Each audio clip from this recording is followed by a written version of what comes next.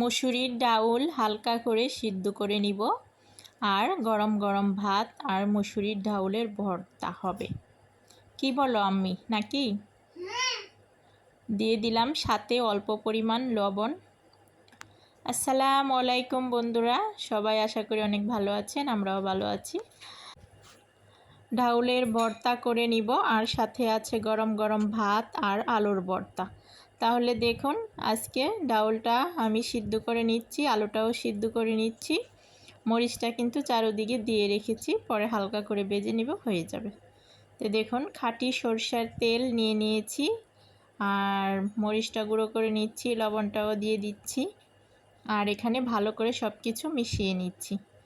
তারপরে ডাউল আর আলুর ভর্তাটা করে নিব, আর গরম গরম ভাত খাওয়া হবে। তাহলে বন্ধুরা দেখেন, শীতের মধ্যে গরম গরম ভাত আর গরম গরম ভর্তা যদি হয়, বিচি বিচি ছিমের ভর্তা, আলুর ভর্তা, ডাউল ভর্তা, তাহলে ভাত খেতে খুব ভালো লাগে। তাহলে দেখুন বন্ধুরা, আমি আজকে ডাউলটা একদম সুন্দর করে সিদ্ধ করে নিয়েছি। এখন আমি ভর্তাটা করে নিচ্ছি। খেসারির ডাউল হালকা করে সিদ্ধ করলে, আদা আদা একটু কম সিদ্ধ করলে ভালো লাগে খেতে। আর মসুরির ডাউলটা একদম আমি দেখুন পুরাটাই সিদ্ধ করে নিয়েছি, সিদ্ধ হয়ে গেছে। এত সুন্দরভাবে সিদ্ধ হয়েছে, ভর্তাটা একদম সুন্দর, দেখুন কি সুন্দর মাখনের মতো হয়ে গেছে, মাখা মাখা হয়ে গেছে। তে দেখুন, ভর্তাটা তো বানিয়ে ফেলেলাম, ভর্তাটা বানাচ্ছি আর লোভ হচ্ছে কখন যে হাতটা মেখে প্লেটটা মেখে ভাত খাবো, এরকম লাগছে খালি।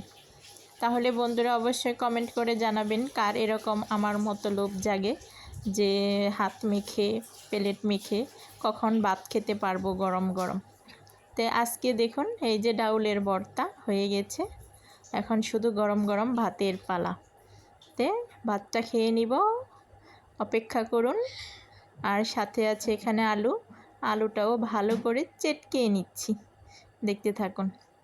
এখন মাইশা বলতেছি একটু লবণ চাকার জন্য, তো মাইশাকে আমি একটু লবণ চাকিয়ে দিচ্ছি, খেয়ে দেখুক। হ্যাঁ, লবণ হয়েছে। এখন আমি আলুটাকে চেটকিয়ে নিচ্ছি, দেখুন আলুর ভর্তা। আজকে ভাতও খাবো অনেক। আলুর ভর্তা, ডাউলের ভর্তা, গরম গরম ভাত। কি মামুনি, তুমি কি খাবা? হ্যাঁ, খাবো তো। আচ্ছা, তাহলে অপেক্ষা করো। লবণটা কেমন হয়েছে, বেশি হয়েছে না কম হয়েছে? না, মানে মিডিয়াম সাইজ, একটু বেশিও না একটু কমও না, ভালো হয়েছে।